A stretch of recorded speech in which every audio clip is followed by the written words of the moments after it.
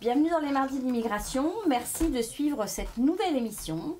Alors aujourd'hui, au programme, on a Valérie qui va nous parler des gens d'affaires, donc du visa lorsque vous voulez venir en tant qu'investisseur, entrepreneur ou travailleur autonome. On a également Catherine qui est arrivée ici il y a à peu près un an. Elle a découvert à Montréal une ville apaisante, sereine, où elle a pu développer sa créativité, se retrouver avec elle-même et devenir une artiste accomplie. Et puis on a Hélène qui interviendra sur l'intégration interculturelle, c'est-à-dire s'intégrer aussi bien dans une entreprise que dans un nouveau pays, savoir s'adapter, trouver les clés en fait à cette intégration et à cette adaptabilité. J'aimerais aujourd'hui vous parler du froid et de la tempête de neige qui a frappé dans la nuit de vendredi à samedi. Vous aurez remarqué, de grosses quantités de neige sont tombées. C'est vrai que les voitures se sont retrouvées recouvertes de neige. Alors j'ai eu pas mal de commentaires et de réflexions sur le fait de ne pas avoir de voiture dans Montréal, sur le fait qu'il fallait un équipement bien spécial pour s'habiller et braver l'hiver. Alors non, rassurez-vous, vous pouvez avoir une voiture à Montréal, c'est pas très difficile de la déneiger, d'abord parce qu'il fait froid et que la neige ne colle pas au véhicule. Donc comme elle ne colle pas au véhicule, c'est facile en fait d'aller retirer la neige, elle s'enlève vraiment facilement, elle se décolle. Alors c'est vrai qu'il y a une grosse quantité, ça prend quand même un petit peu de temps. Et dites-vous que ça n'arrive pas tous les jours ou tous les 2 jours, une grosse tempête comme celle-ci, on va en avoir peut-être une tous les 15 jours, une toutes les 3 semaines, peut-être une par mois, tout va dépendre en fait de l'hiver et de la façon dont ça se passe. Quant à la façon de s'habiller, alors peut-être qu'effectivement au moment où vous allez aller déneiger votre voiture, vous allez devoir porter pantalon de ski, veste, manteau, voilà, manteau de ski, manteau chaud. Mais vous avez vraiment la possibilité de vous promener avec des bonnes chaussures d'hiver, des bottes de type Sorel ou Pajar, qui sont des marques canadiennes, qui sont plutôt un peu hautes, je dirais. Il se serait bien qu'elles arrivent au moins à un peu en dessous du genou, mi-mollet. Et puis vous portez tout simplement vos bottes avec vos pantalons, une bonne paire de chaussettes, votre manteau, et puis voilà, vous vous promenez comme ça dans les rues. Il faut savoir quand même que les rues sont très bien déneigées, c'est déneigé rapidement. Donc il y a vraiment, au bout de quelques jours, la neige reste un peu sur les abords, mais les endroits piétonniers ou les endroits où on circule en voiture, il n'y a pas de neige, ça reste pas pendant des semaines. Donc voilà, donc après c'est sûr que le niveau de déneigement des quartiers de la ville de Montréal se fait au fur et à mesure, c'est quand même une assez grande ville, donc il faut savoir être patient et prendre son mal en patience. Quant au fait d'avoir une voiture, je vous recommande quand même d'avoir une voiture, surtout si vous êtes assez sportif, que vous aimez, vous avez envie de sortir de Montréal, vous avez envie sinon les fins de semaine d'aller avec vos enfants ou d'aller seul faire des balades en raquette ou alors du ski de fond ou alors encore faire des glissades sur tube. C'est vrai qu'en général on y va, on est en pleine forme, on est content, c'est super, on est ravis, on fait tout ça pendant 2-3 heures, on brave le froid, il fait beau, enfin bon voilà, on s'amuse, c'est un magnifique moment. Et puis on fait une petite pause pour boire soit un chocolat chaud, soit un thé, soit un café, manger éventuellement, je sais pas, un petit muffin, quelque chose. Et puis là il faut ressortir dehors. Et puis il faut se dire, je repars. Et bien là je vous avouerai que ce moment-là est un peu compliqué. Vous allez le faire une fois, et puis la fois d'après, ben, comme vous n'avez pas de voiture, vous n'allez pas le refaire. Parce que vous allez dire, oh non, j'ai pas de voiture, puis quand il va falloir que je revienne. Donc gardez en tête qu'effectivement on peut se déplacer sans voiture dans Montréal, sans aucun problème. Il y a énormément de métro, de bus, etc. Mais malgré tout, avoir une voiture, ça peut quand même servir par moment. Ce n'est pas obligatoire, mais ça peut servir. Uber est présent à Montréal, les taxis sont présents à Montréal, donc il n'y a pas de problème. Vous trouverez un moyen de toute façon pour rentrer chez vous si vous n'avez pas envie de braver le froid. Mais voilà, sachez que par moment, le fait de ne pas avoir de voiture, l'hiver, ça peut un peu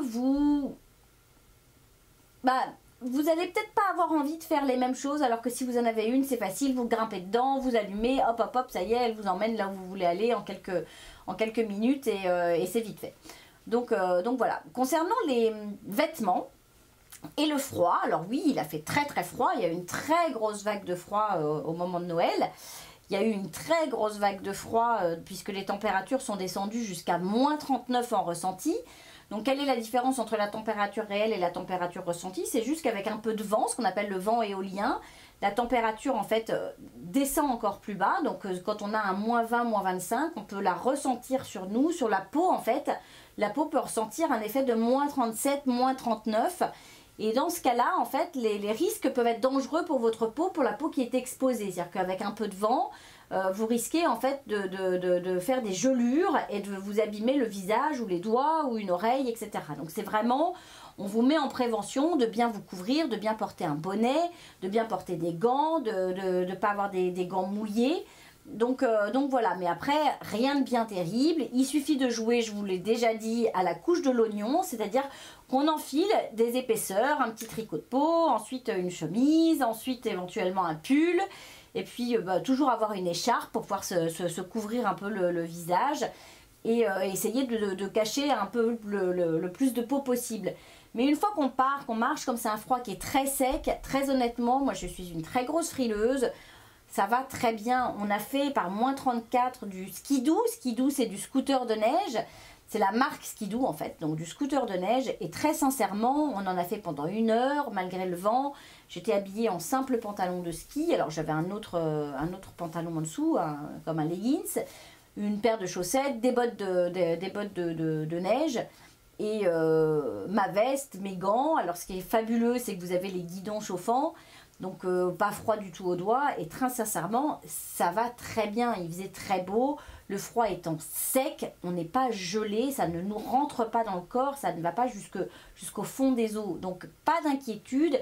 Si ce qui vous arrête c'est le froid, très sincèrement essayez, faites un voyage d'investigation, de toute façon on ne pourra que vous le répéter.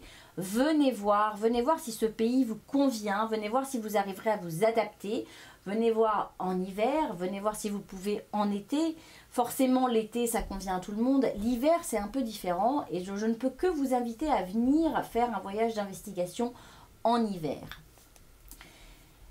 J'aimerais aussi échanger avec vous, puisqu'on parle d'intégration, d'adaptation, de premier voyage, justement de cette intégration. Je pense que c'est vraiment important d'avoir confiance et de prendre le temps aussi de sentir ce qui se passe dans ce pays, de sentir la culture, de sentir les personnes qui sont autour de vous et de prendre le temps d'effectivement de vous adapter, de prendre le temps d'être à l'écoute de ce qui se passe autour de vous et puis d'essayer d'adopter comme vous pouvez les coutumes.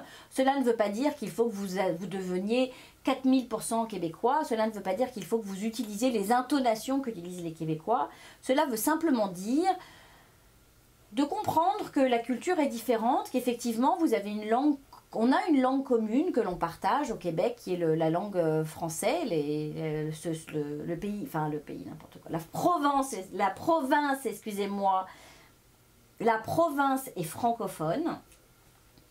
Mais ça ne veut pas dire pour autant que vous êtes en France. Et certains pensent à tort que c'est la France en Amérique du Nord. Pas du tout. C'est l'Amérique du Nord qui parle le français, lié à l'histoire de la construction en fait du pays et de cette province. Donc vraiment, soyez vigilants et lorsque vous allez venir lors de ce premier voyage pour essayer de sentir si ça vous convient, ce premier voyage d'investigation, je ne peux que vous pousser à être à l'écoute de ce qui se passe, à essayer le plus possible de parler avec les personnes autour de vous, qu'ils soient québécois, que ce soit dans un magasin, que ce soit dans un café, de lancer la discussion, d'expliquer pourquoi vous êtes là, de dire que voilà, vous avez envie de découvrir un peu les gens, de poser quelques questions. Essayez de sentir vraiment la culture, de sentir les gens, de sentir ce qui s'y passe. Et voyez si c'est quelque chose qui va avec vos valeurs, qui va avec ce que vous êtes. Et si vraiment vous arriverez à vous adapter. C'est vraiment un état d'esprit nord-américain et absolument pas un état d'esprit français. Ils ne sont pas latins ici. Ils sont plutôt vraiment très je pourrais pas dire américanisés parce que ce ne sont pas les États-Unis, mais c'est vraiment l'Amérique du Nord, c'est le continent américain avec vraiment la partie Amérique du Nord. Et ça, c'est vraiment important de se rendre compte que la culture est très différente. Ça ne veut pas dire que vous n'y serez pas bien, parce que je veux dire, on peut y être très bien et très heureux, mais c'est très différent de la culture latine, de la culture que vous allez trouver en France, que vous allez trouver en Italie, que vous allez trouver en Espagne. C'est très, très, très, très, très différent. Ça se rapproche un petit peu de la culture allemande, je dirais, et plutôt de l'Europe du Nord, en fait. Donc voilà, donc ça, c'est vraiment quelque chose qu'il faut intégrer et qu'il faut réaliser. Et je ne peux que vous inviter à prendre la mesure des choses lors de ce premier voyage. Donc voilà pour cette petite intervention de ma part. Nous allons maintenant accueillir Valérie qui va venir nous parler des gens d'affaires et du visa concernant les investisseurs, les entrepreneurs et les travailleurs autonomes. On se retrouve après la pause. Conseil de pro vous est présenté par Valérie Flatt, consultante réglementée en immigration canadienne. Bonjour Valérie. Bonjour Géraldine. Bienvenue. Merci. Alors, quelle est la question pigée aujourd'hui? En fait, Xavier demande s'il existe des programmes qui permettent de venir en tant que gens d'affaires au Québec. D'accord. Donc effectivement, il y a 3 programmes qui existent aujourd'hui au Québec qui vous permettent de venir faire des affaires ici et de devenir en fait en tant que créateur d'entreprise pour travailler aussi bien en tant qu'investisseur, entrepreneur ou travailleur autonome. D'accord, donc ça c'est 3 catégories. C'est 3 programmes qui font partie de gens d'affaires. Oui, des gens d'affaires. Ils appellent ça des gens d'affaires. Donc ces 3 programmes, malheureusement, là, aujourd'hui en 2018, il y en a encore 2 qui sont fermés. Mais le ministre a annoncé qu'ils allaient les rouvrir, mais sous d'autres conditions. Donc les conditions actuelles qui apparaissent dans la page web actuellement vont certainement changer. D'accord. C'est-à-dire que quand on parle de changement, c'est généralement revu à la hausse pour les conditions financières. D'accord, donc à ce jour, en janvier, des changements sont faits. Enfin, ils ne sont pas faits sont à en ce jour, cours. mais ils sont en cours et ils vont être annoncés. D'accord. Donc il faut rester attentif. Ceci dit, les conditions basiques, elles vont rester, ça va être à peu près les mêmes, c'est juste les conditions financières. D'accord. Donc les montants d'argent vont certainement être revus à la hausse. D'accord. Mais c'est intéressant d'aller les regarder et puis voir si on répond aux critères de sélection ou pas. Donc aujourd'hui, le cas des entrepreneurs et des travailleurs autonomes sont fermés. D'accord. Juste pour info, on en parlera quand même. Et il reste ouvert le programme des investisseurs. D'accord. Donc le programme des investisseurs, c'est un programme important dans le sens où il permet, sans trop de critères de sélection, de venir s'installer au Québec. D'accord. Moyennant apport financier important. Que les choses soient claires. C'est Oui, pas c'est pour vrai que tout c'est le un monde. gros apport financier, mais C'est qui un peut gros- être lié à des biens immobiliers, à Oui, des oui. avoirs. C'est Oui, pas en des cash, avoirs, hein. c'est des avoirs. C'est ça. Donc il faut quand même avoir des avoirs de 1,6 million que Dollars. dollars Bon, alors, canadiens. étant donné que l'euro est fort, si vous êtes en euros, ça peut être intéressant. En ce moment, oui, parce qu'en plus le dollar canadien chute. C'est ça. Donc voilà, donc 1,6 million. De ces 1,6 million, il faut être prêt à en déposer 800 000 au Québec auprès d'un courtier. Pendant combien d'années? 5 ans. C'est-à-dire que cet argent, il est bloqué 0% d'intérêt. Ah oui, c'est ça. c'est Pas pire d'intérêt C'est du pire tout. que l'écureuil. Là, c'est 0. Mais au moins, c'est clair, c'est que dès le début, on sait à quoi sert cet argent, en fait. Il permet au Québec d'investir dans des programmes pour les immigrants et les minorités visibles. Est-ce qu'il est possible de faire un emprunt? Oui. Justement, ces courtiers en investissement, ils vous permettent de faire des emprunts. Donc, en gros, le coût de l'emprunt, c'est l'argent que va vous demander le courtier, quoi. C'est les intérêts par rapport au coût de l'emprunt que vous pourriez faire, c'est ce que ça va vous coûter au courtier. D'accord, donc si vous l'emprunter. cherchez un courtier, vous faites appel du côté de Montréal, oui, vous m'envoyez un mail. Oui, parce que moi j'en il y a connais, des mais courtiers. Ouais, moi aussi j'en connais aussi. Voilà. En Donc, fait, Valérie. ces courtiers, c'est pas n'importe qui. Hein. C'est ça. Il y en a, Ah il y a- oui, non. il y a une C'est- liste sur le site de Midi. c'est ça. Ce sont des gens en fait qui achètent, c'est contingenté. Donc le Québec dit cette année on voudrait je ne sais pas combien d'investisseurs. Donc les courtiers disent moi j'en veux 30, j'en veux 100, j'en veux suivant les régions où ils travaillent. Et ces courtiers-là en fait quelque part ils font leur argent là-dessus. Donc, Bon, alors ça a un contactez Valérie pour être sûr d'avoir la bonne personne, parce que vous ne faites pas avoir. coût. Oui, donc, de toute Quand manière, vous c'est avez pas- 1 600 000 $ d'avoir, vous intéressez. Oui. Donc voilà. Donc, Voilà. Donc très important, il faut que l'argent ait plus de 6 mois. C'est-à-dire que si vous venez de faire une acquisition des fonds parce qu'il y a eu un décès dans la famille et puis vous avez un gros héritage qui arrive, attendez, il faut au moins qu'il y ait de l'argent et soit depuis 6 mois dans votre compte en banque. D'accord. Est-ce qu'il y a... Est-ce qu'on que la maison soit à votre nom depuis 6 mois. D'accord. Et il faut savoir parler forcément français? Alors, pas forcément, justement, pour les investisseurs, c'est pas une condition sine qua non. Donc, il faut juste avoir l'argent, être prêt à en déposer, avoir des avoirs nets et avoir au moins 800 000 $ prêts à déposer au Québec. C'est le Québec qui se charge de déposer l'argent où ils veulent, en fait, mais de leur donner et de l'oublier pendant 5 ans. Après, au bout de 5 ans, par contre, ce qui est garanti, c'est que vous allez récupérer vos 800 000 $, au jour J dans 5 ans. D'accord. Donc dans 5 ans, vous récupérez 800 000 $. Ils sont placés, mais 0 intérêt. Voilà. Mais par contre, ils dorment au chaud et 5 ans après, ils travaillent pour le Québec. En fait, c'est pour les intérêts du Québec. C'est ça. C'est pour financer des programmes. D'accord. Donc, mais par contre, on arrive directement avec une résidence permanente, en fait. Ah, bah oui. Alors là, pour le coup, vous obtenez le CSQ et la résidence permanente à partir du moment où le dossier est accepté, parce que c'est toujours pareil, le courtier doit monter un dossier, démontrer que vous avez bien l'argent, que vous avez bien déposé vous êtes prêt à déposer les 800 000 $ au Québec. Il y a forcément les critères d'admissibilité qui sont la santé et la criminalité. Donc, si vous passez tout ça, après ça, vous obtenez le CSQ, puis la résidence permanente. D'accord. Et la santé, qu'est-ce qu'on va rechercher? C'est pour tout le monde. Hein. L'examen de la santé, c'est le même pour tous les programmes, finalement. Puis ça, c'est au niveau du fédéral, en fait. C'est le fédéral qui voit la santé et la criminalité. D'accord. Donc, on peut en parler maintenant, mais c'est rapide, la santé. Pour tous les immigrants, il suffit de passer une petite radio, examen d'urine, examen du sang. D'accord. Et en gros, on cherche thorax pour tout ce qui est pneumonie et autres, et VIH, sida, examen du sang. Et tout ce qui est maladie, MST, donc sexuellement transmissible. D'accord. Ça, on est non, on n'est pas out. Il faut se faire soigner avant d'appliquer. Enfin, avant de pouvoir continuer le dossier. Donc, il y a des maladies...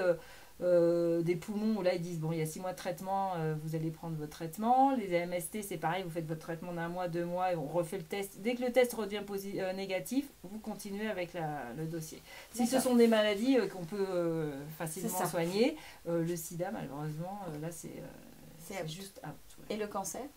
Le cancer, tout dépend, c'est ça, il faut être en rémission et puis rémission contrôlée depuis plusieurs années pour qu'éventuellement ils vous acceptent. Mais non, si vous êtes atteint d'un cancer en plein dans la maladie, l'évolution de la maladie, ils ne vous prendront pas parce qu'en fait, il ne faut pas coûter plus de mémoire, c'est 6 700 $ annuels à la société.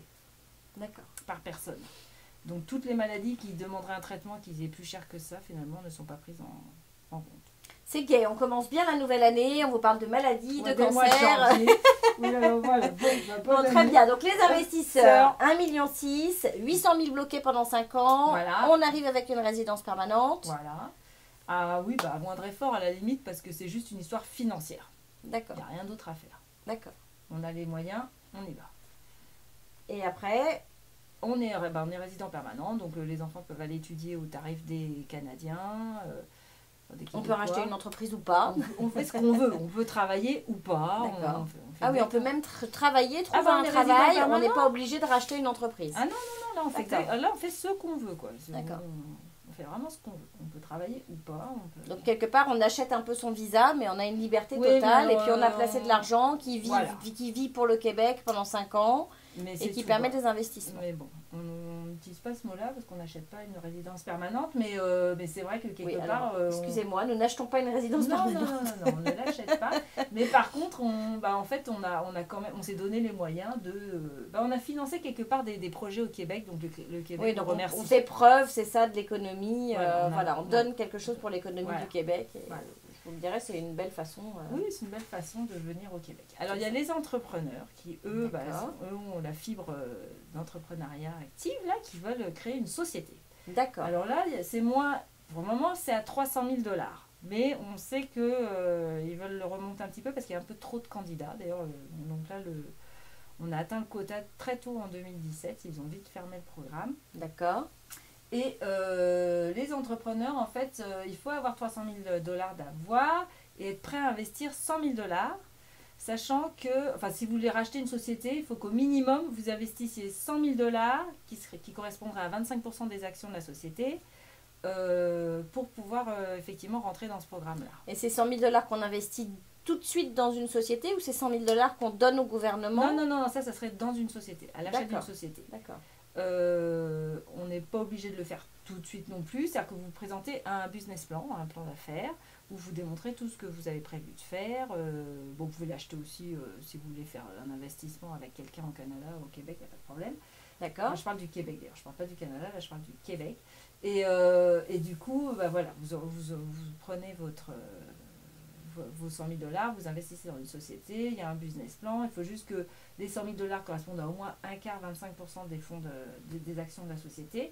Et avec ça, vous pourrez rentrer dans le programme d'entrepreneur. Et comment on trouve l'entreprise? Est-ce qu'on peut demander à n'importe quelle personne? Est-ce que ça peut être un autre immigrant? Comment ça se passe? Non, alors il faut quand même faire attention. C'est vrai qu'il y a des gens qui se font un petit peu avoir sur leur achat des entreprises ici. Surtout que c'est dur de racheter à distance un business, hein, parce que finalement, ils peuvent vous dire un petit peu n'importe quoi sur même si vous passez les bilans, les déclarations de revenus, c'est un peu compliqué c'est pas forcément les mêmes lectures qu'en France, les mêmes documents. Donc moi je pense qu'il vaut mieux se faire accompagner par un professionnel. Pour les rachats de franchise, par exemple, il y a des courtiers en rachat de franchise. Les franchises, je dirais que c'est même plus clair parce que généralement, ils sont beaucoup plus contrôlés. Ça, c'est sûr. Et puis en plus, les chiffres, pour tout ce qui est bilan et chiffre d'affaires des sociétés, les lois sont très différentes de ce qu'on peut connaître en Europe. Et les obligations ne sont pas les mêmes en termes de publication. Donc c'est vrai que souvent, on a tendance à penser qu'on se fait arnaquer. Alors, il peut y avoir des arnaques. Donc c'est vrai que c'est bien d'être accompagné par un courtier, par des professionnels qui connaissent bien ce métier. Les avocats en affaires. Avocats en affaires, effectivement. Eux, ils vont vérifier tous les documents. Ils vont éplucher les comptes de la société avant de la racheter. Donc c'est important quand même. Voilà, donc n'hésitez pas à faire appel à nous si vous avez besoin de contact, là aussi, encore une fois. Oui, non, il y a vraiment, ça marche bien, il y a plein de gens qui le font, mais c'est vrai que je pense que là, pour le coup, le petit voyage est nécessaire. C'est ça. On vient 1 à 2 fois, même, peut-être même 3. On vient vérifier l'affaire sur place, voir s'il existe vraiment, hein, parce que parfois, il y a des gens qui créent des entreprises fictives aussi. Bah oui, rappelez-vous, Raquel, la semaine dernière, qui expliquait qu'elle a été embauchée, envoyée dans une entreprise où elle avait eu un entretien, dans une très belle entreprise, jolie, puis finalement, le jour où elle vient travailler, on a retiré tout le décor, il n'y a plus qu'un pauvre ordinateur. Et le métier qu'on lui avait demandé de faire, c'est pas du tout ce même métier. Et pourtant, elle avait été envoyée par un organisme important de Montréal et qui eux-mêmes n'avaient certainement pas fait la vérification. Et ça s'est très très mal passé. Donc, il faut vraiment vérifier et puis se faire bien accompagner. On ne prend pas de risque là-dessus. Il faut faire attention parce que quelqu'un qui serait passé par le même programme et qui aurait acquis une société dans les 5 ans avant que vous fassiez votre demande ne peut pas vous revendre sa société. D'accord, donc en fait j'acquiers une société par ce programme entrepreneur, je suis migrant, j'achète ma société, j'arrive, je commence, au bout de 3 ans je décide de la revendre, je ne peux pas la revendre à quelqu'un qui va immigrer de la même façon. D'accord. Non. La société, il peut la revendre à un Québécois ou à quelqu'un d'établi, mais pas. D'accord. Donc attention aussi immigrant. à ça. Il faut bien faire attention que la société, elle a plus de 5 ans si elle a été acquise par un immigrant. D'accord. Donc ça, c'est important. Qu'est-ce qu'il y avait d'autre à dire sur ce... Non, je crois que celle-là, on a tout dit. Ah oui, il faut quand même avoir une expérience de 2 ans. C'est-à-dire que vous devez démontrer que vous avez acquis une expérience de 2 ans en gestion d'entreprise dans les 5 dernières années. D'accord. Donc vous ne vous lancez pas en affaires pour la première fois. C'est ça. Parce que on n'a pas envie que vous veniez vous casser, casser les dents ici. Vous démontrez que vous avez déjà géré une entreprise là où vous êtes. Ça a bien marché pendant 2 ans sur les 5 dernières années. Vous pouvez avoir eu des dents de scie, c'est pas grave, mais au moins pendant 2 ans, vous avez été entrepreneur, gestionnaire, manager de votre propre société, et que vous savez ce que c'est que de gérer une société. Alors il y a aussi une histoire d'employés, je crois que c'est d'au moins 2 employés, il faut créer de l'emploi aussi. Oui, c'est vrai qu'il faut créer de l'emploi, effectivement. Donc toutes ces conditions-là, vous allez les retrouver sur le site de Midi, hein, tout est là. Bien détaillé et surtout n'hésitez pas à consulter ou me revenir si vous avez des questions. Donc le site du Midi, tu le connais, www. Moi je mets toujours Midi sur Google et ça arrive tout seul, mais vous allez trouver le lien ci-dessous. Voilà. Et alors ensuite il reste les travailleurs autonomes Alors ceux-là, en fait, c'est un peu des personnes qui travaillent à la maison, un peu, ça peut être des nomades aussi, les nouveaux nomades, là, dont on parle souvent, qui eux n'ont besoin que de 100 000 d'avoir. D'accord. Donc Donc là, ils ne rachètent pas de société. Non, ils vont créer leur propre emploi, en fait. D'accord. Donc ils viennent, il faut aussi qu'ils démontrent 2 ans d'expérience. D'accord. Dans leur profession. Donc si je suis plombier, je démontre que je suis plombier, que je sais, j'ai été plombier en tant que travailleur autonome 2 ans dans mon pays, que j'ai qualification, que... Et donc il faut quand même qu'ils aient 100 000 $ d'avoir, donc c'est-à-dire que c'est une somme qu'ils doivent avoir soit placée dans un bien immobilier, parce qu'il faut qu'ils puissent montrer ils ont toujours leur business plan, là, ils vont démontrer. Alors il y en a qui ont besoin de créer effectivement un bureau, il y en a ils n'ont pas besoin de bureau parce qu'ils se déplacent, donc tout dépend du métier qu'on va faire, mais il faut démontrer par un business plan quelle est la progression de l'évolution de la société et comment est-ce qu'on compte s'établir. J'ai une question qui va peut-être te paraître idiote, mais je suis boulanger. Est-ce que j'ai le droit de m'inscrire en tant que travailleur autonome et d'ouvrir une boulangerie, ou là je dois absolument passer par entrepreneur? Ça dépend en fait, ça dépend ce qu'on veut faire en fait. Parce que s'il veut se lancer tout seul en affaires, je dirais, il peut choisir l'un ou l'autre finalement. D'accord. Il peut faire ce qu'il veut. Donc n'importe quelle des professions, je peux venir avec un visa de travailleur autonome si j'ai 100 000 $ d'avoir et que j'ai 2 ans d'expérience dans ce domaine. En tant que travailleur autonome, c'est-à-dire que j'étais pas en tant que salarié. Pas en tant que salarié. D'accord. C'est très important. Alors que l'entrepreneur, c'est pareil, il faut qu'il soit en tant que gestionnaire. Et si j'ai eu l'entreprise avec des salariés et que j'étais pas un travailleur autonome, non, ça marche pas pour l'autonome. D'accord. Il faut montrer qu'on a été capable de se créer déjà son propre emploi dans son pays ou dans le pays de résidence actuel. Alors que l'entrepreneur, s'il a déjà, même s'il n'a pas été gestionnaire de sa société, mais qu'il a quand même 2 ans d'expérience en tant que gestionnaire d'entreprise, même si ce n'est pas la sienne, au moins, des gestionnaires d'entreprise, de gestion, déjà ça passe. Donc, comme un directeur général, oui, ça voilà, passe. Un directeur général. D'accord. Donc ça, il n'y a pas de problème. Ok. Voilà, donc en fait, on va voir dans un autre volet, dans un autre numéro, on verra, on va répondre à d'autres questions par rapport à ces programmes-là, mais juste sous un autre angle. Donc là, je voulais juste les lister pour qu'on soit sûr que les gens fassent référence pour s'ils avaient des questions par rapport à ces 3 programmes de gens d'affaires. Mais n'hésitez pas à aller les consulter, puis à me revenir avec des petites questions plus détaillées s'il y a des programmes qui... C'est ça. Sûr, en même temps, celui d'entrepreneur et autonome, c'est pas très intéressant actuellement parce qu'ils sont fermés. Ouais. Donc il ne resterait plus que l'investisseur qui était assez important au niveau des avoirs. Et on a des échos sur à quel moment est-ce que les visas entrepreneurs et autonomes vont réouvrir ou pas du tout? Pas du tout. D'accord. Parce que là, ils sont en train de traiter les dernières demandes, donc on ne sait pas du tout, ça dépend de la rapidité avec laquelle ils les traitent. Et on en prend à peu près combien par an? Comme ils changent les lois, il faut qu'ils déposent les lois, que ça passe. D'accord. Donc ce sera peut-être pas avant rentrée prochaine, voire plus loin. Voilà, c'est ça. D'accord. Donc ne misez pas trop sur le visa de gens d'affaires entrepreneur autonome. Mais bon, on peut toujours le garder. Si on a ces 2 ans d'expérience, ça vaut peut-être le coup de vous lancer dans ces 2 ans d'expérience si vous avez des avoirs et de vous dire que dans 2 ans, vous aurez certainement la chance d'avoir postulé à ce moment-là. Donc voilà, ça se prête. De toute façon, l'immigration se prépare, c'est un projet. C'est sûr qu'on ne se dit pas, tiens, je pars dans 6 mois. C'est ça. Ça ne marche pas pour personne dans aucun pays. Donc non, ça ne marchera pas. Pour revenir juste aux investisseurs, donc oui, vous n'oubliez pas que vous devez passer par un courtier et vous devez signer donc avec ce courtier une convention d'investissement. C'est-à-dire que c'est un contrat qui vous lie avec le Québec pour 5 ans. C'est ça. Et donc c'est vraiment un papier officiel. Ah oui, c'est officiel. Et puis sans ce papier-là, de toute manière, il n'y a aucune demande qui peut être présentée.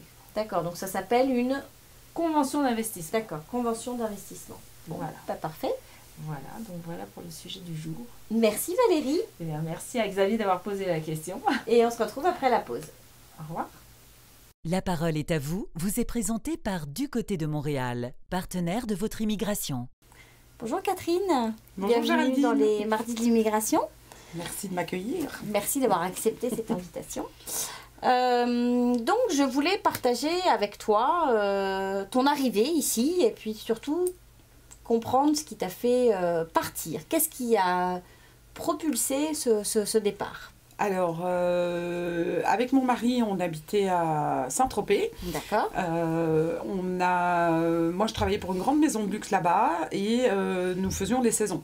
Donc, l'été, 6 mois à Saint-Tropez, et puis 4 mois d'hiver à Courchevel. D'accord. Et ça pendant pas mal d'années. Donc, à un moment donné, on en a eu un peu ras-le-bol de faire les saisons. Et puis, Saint-Tropez étant ce que beaucoup de gens connaissent, c'est-à-dire un peu la fête et pas toujours la réalité de la vie. C'est ça. Alors moi j'avais un super boulot, j'aimais beaucoup ma vie là-bas, mais j'avais aussi envie de remettre un peu les pieds sur terre. Alors avec mon mari, on a un petit peu réfléchi, on avait d'abord peut-être pensé à aller à Monaco, puis pour finir, on s'est dit Monaco, ça, on va pas tellement s'amuser là-bas. Et puis on est arrivé sur l'idée de partir au Canada, d'abord parce qu'on était tous les deux très attirés par ce pays, et puis on voulait surtout se retrouver un peu dans une ambiance ville aussi. Donc on est parti pour faire notre premier voyage pour notre voyage de noces. D'accord. Pendant 3 semaines. Donc là, ça va faire 2 ans. Et bien, on a bien aimé Montréal. On a eu un accueil vraiment top. Et puis, on a visité. On a eu vraiment une belle sensation. On a trouvé la ville très jolie, beaucoup de choses à faire. Et puis on a discuté ensemble et puis on s'est dit pourquoi ne pas se lancer dans une nouvelle aventure de vie. Voilà. Et donc après 3 semaines, on est retourné à Saint-Tropez, on a tout clôturé là-bas et puis on a fait le grand saut et on est arrivé à Montréal au mois de décembre. D'accord. Donc en plein hiver, vous êtes arrivé en plein hiver. On est arrivé en plein hiver, oui. Et alors? Le premier hiver. Alors le premier hiver, comme on avait déjà vécu à Courchevel l'hiver, on était quand même habitué à la neige. Maintenant, c'est vrai que ça a été quand même un petit peu long. L'hiver a quand même été un petit peu long, mais Montréal sous la neige, c'est quand même magnifique. Les températures, on était aussi assez habitués parce qu'à Courchevel ça descendait quand même jusqu'à facilement -20, donc ça on était équipés pour, donc on n'a pas été vraiment surpris par le froid et par le froid, voilà, donc ça a été, mais quand même je dois dire que c'est quand même long, parce que ça fait quand même presque 6 mois. C'est ça. Donc ça, moi, j'ai eu un peu cette difficulté, où je me suis dit, là, on aimerait quand même bien que le beau temps arrive. Ouais, le mois d'avril est... le mois d'avril est quand même, on se dit que ça arrive vite. Allez, des petites feuilles vertes. Voilà.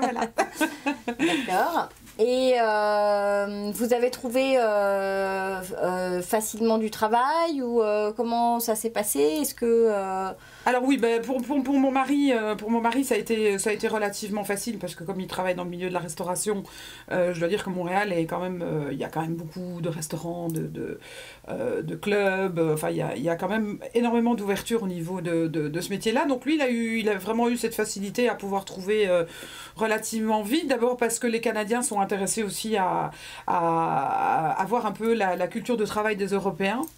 Donc lui, dans son domaine, il a eu plusieurs expériences. Au départ, il a fait plusieurs restaurants. Et puis maintenant, il a la chance de pouvoir gérer un club ici à Montréal. Donc lui il s'est vraiment très bien intégré et puis ça s'est bien passé. Et puis il apporte vraiment un peu sa culture, parce que lui travaillait à Saint-Tropez sur les clubs de plage.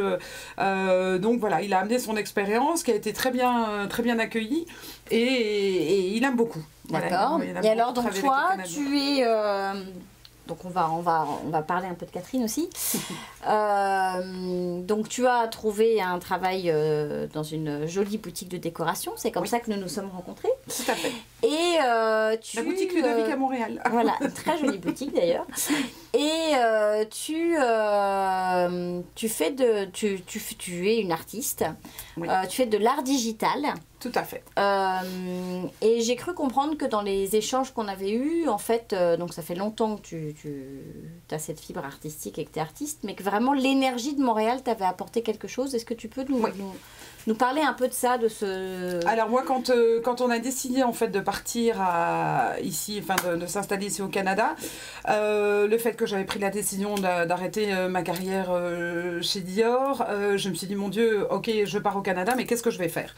Alors oui, j'ai de fait une âme artistique, venant d'une famille aussi très passionnée d'art. J'ai un papa qui est président d'un musée en Belgique, donc on en a toujours eu cette fibre artistique, et plus particulièrement moi, que mes frères et sœurs. Et donc depuis pas mal d'années, j'ai d'abord toujours été très attirée par le pop art.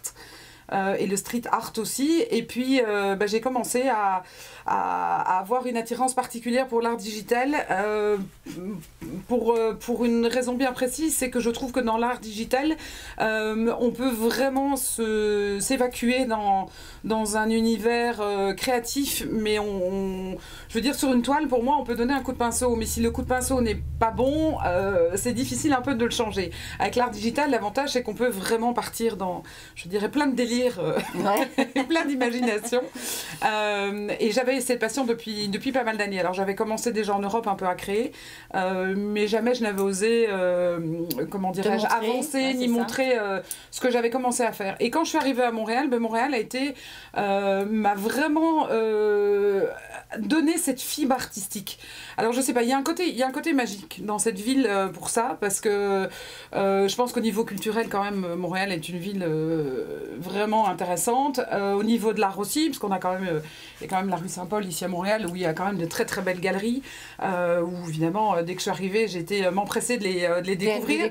Je suis d'ailleurs rentrée amoureuse d'une artiste québécoise qui malheureusement n'est plus là, qui était Corneau, qui faisait d'ailleurs des tableaux magnifiques, et elle m'a beaucoup inspirée dans ce qu'elle faisait.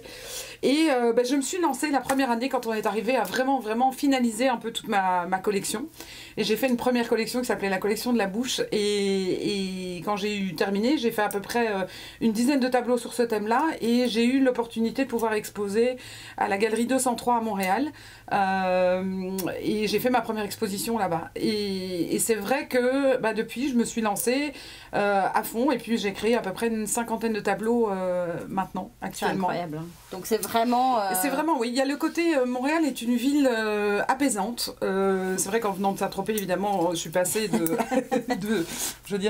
tout à quelque chose de totalement différent. Je pense que j'avais besoin aussi de retrouver un peu cette sérénité, et puis ce côté un peu plus calme. Ce côté d'espace aussi, parce que le Canada reste quand même un pays où il y a quand même beaucoup de choses à visiter, même si ce sont des grands espaces. On a eu l'occasion d'aller voir Québec, aller voir Ottawa, enfin il y a encore beaucoup de choses à voir. Donc ça m'a permis un peu de me retrouver un peu avec moi-même, prendre le temps d'aller laisser mon imagination, et puis d'avoir ce côté un peu intuitif que je n'avais pas ailleurs. Donc ça, ouais, pour ça... Voilà, je suis contente d'être ici pour toute cette raison-là. Et puis, étant belge d'origine, j'ai retrouvé aussi beaucoup la mentalité un peu belge dans l'esprit québécois. Je trouve qu'il y a toute la civilité, enfin leur gentillesse et leur accueil, parce que ça, il faut reconnaître qu'ils sont quand même énormément accueillants. Sûr, hein, j'ai fait de très belles connaissances, de réelles connaissances aussi, qu'on n'a pas toujours... Non, c'est vrai qu'il y a une vraie écoute. Ouais. Il y a une vraie écoute, et même quand j'ai commencé dans la boutique d'ailleurs de décoration, je me suis dit, mon Dieu, est-ce qu'ils vont appréhender le fait que je sois européenne et que je vais peut-être avoir une autre méthode de travail? Et pas du tout, ils ont été vraiment extrêmement ouverts, et à vouloir partager mes expériences que j'ai eues chez Dior pendant plus de 10 ans. Donc tout ça, c'est bien passé. C'est bien passé. Ouais. Ah, c'est vraiment bien. Et alors donc là, si j'ai bien compris, vous allez obtenir la résidence permanente sous peu. Oui. Est-ce que c'est quelque chose qui est compliqué à mettre en place? Est-ce que... Alors, c'est compliqué, c'est pas compliqué, dans le sens que moi j'ai la chance d'avoir un mari qui est un petit peu plus jeune que moi, donc par le fait d'avoir obtenu notre visa de travail, on a pu rentrer évidemment dans le milieu du travail rapidement, ce qui nous permet, le fait qu'on se soit intégré aussi vite, nous a permis de pouvoir enclencher la suite des démarches. Évidemment, nous, on s'est fait conseiller. Alors après, je ne sais pas si tout le monde fait pareil, mais nous, on s'est fait conseiller quand même par un avocat spécialisé dans l'immigration pour un peu nous aiguiller. Et puis, je pense qu'un avocat d'immigration peut vous aider aussi à accélérer un petit peu aussi le processus. Oui, je pense qu'ils savent ce qu'ils font. Et alors, je ne pense pas que le dossier va aller sur la pile, mais c'est sûr que ce soit un avocat ou un consultant en immigration, c'est des gens qui sont spécialisés en ça. Et ça permet de gagner pas mal de temps. Ça a un coût, mais je vous le conseille depuis bien longtemps. Donc... Oui, moi aussi, je le conseille parce que nous, ça nous a bien aidés. Donc voilà, donc on part là maintenant vers la résidence permanente et puis après... certainement la citoyenneté et plus encore. Bon, c'est absolument parfait. Et en termes d'intégration, donc tu disais que toi tu as fait vraiment des rencontres, tu as réussi à rencontrer quand même des Québécois ici Alors oui, évidemment, moi c'est un petit peu particulier parce que le fait que je travaille beaucoup de la maison, j'ai mis plus de temps certainement que quelqu'un d'autre, c'est-à-dire que je suis restée quand même pas mal de temps à la maison, aussi avant de prendre la décision de travailler, même si je pouvais travailler tout de suite, j'avais vraiment plutôt ce côté créatif qui est arrivé avant de me dire je vais aller travailler quelque part. Donc ça m'a un petit peu freiné peut-être dans mes rencontres, mais en même temps après oui j'ai rencontré quelques Québécois avec qui maintenant on est vraiment devenus des très bons amis et on essaye de se voir fréquemment. Et ce deuxième hiver qui arrive, comment... Alors nous c'est le troisième. Ah oui, oui, pardon, c'est le troisième hiver. Eh bien on l'appréhende un peu. Je vais être honnête, on l'appréhende un peu, surtout que là il commence déjà à neiger, mais moi j'aime tout aussi bien l'ambiance en été qu'en hiver à Montréal, même si l'hiver c'est vrai que on a plus tendance à être cocon et à vouloir un peu rester plus à la maison et on fait peut-être un peu moins de choses parce qu'il fait froid et que voilà, mais sinon ça reste tout aussi agréable. Et alors, qu'est-ce que tu dirais à des personnes qui souhaitent immigrer, qui souhaitent arriver, qui se posent encore des questions, qui ne sont pas... Alors moi, je conseillerais à tous les gens qui ont envie de faire l'expérience d'essayer de venir vivre au Canada, c'est de faire un peu comme nous, c'est-à-dire de venir peut-être passer quelques temps, nous on l'a fait pendant 3 semaines, ça a été notre voyage de noces, mais en fin de compte, ça n'a pas vraiment été plus un voyage de noces que ça, puisque c'était plus aller voir si on pourrait se plaire et de sentir si on avait vraiment l'envie de faire le pas et d'immigrer ici. Donc moi je conseillerais aux gens de venir découvrir le pays et puis de sentir un peu toute cette ambiance et de visiter un peu aussi le Canada. Il y a énormément de choses à faire dans ce pays encore et ça c'est je trouve ça très positif. Aussi Montréal ou ailleurs. Puis on pousse à l'entrepreneuriat, on pousse, il y a cette énergie. Beaucoup, et puis la jeune génération, c'est beaucoup dans le développement. Enfin, voilà, on sent. En fait, on a envie de faire plein de choses. C'est ça. On ne le ferait peut-être pas ailleurs, mais on a envie de faire plein de choses ici. C'est ça. On est libéré de certaines.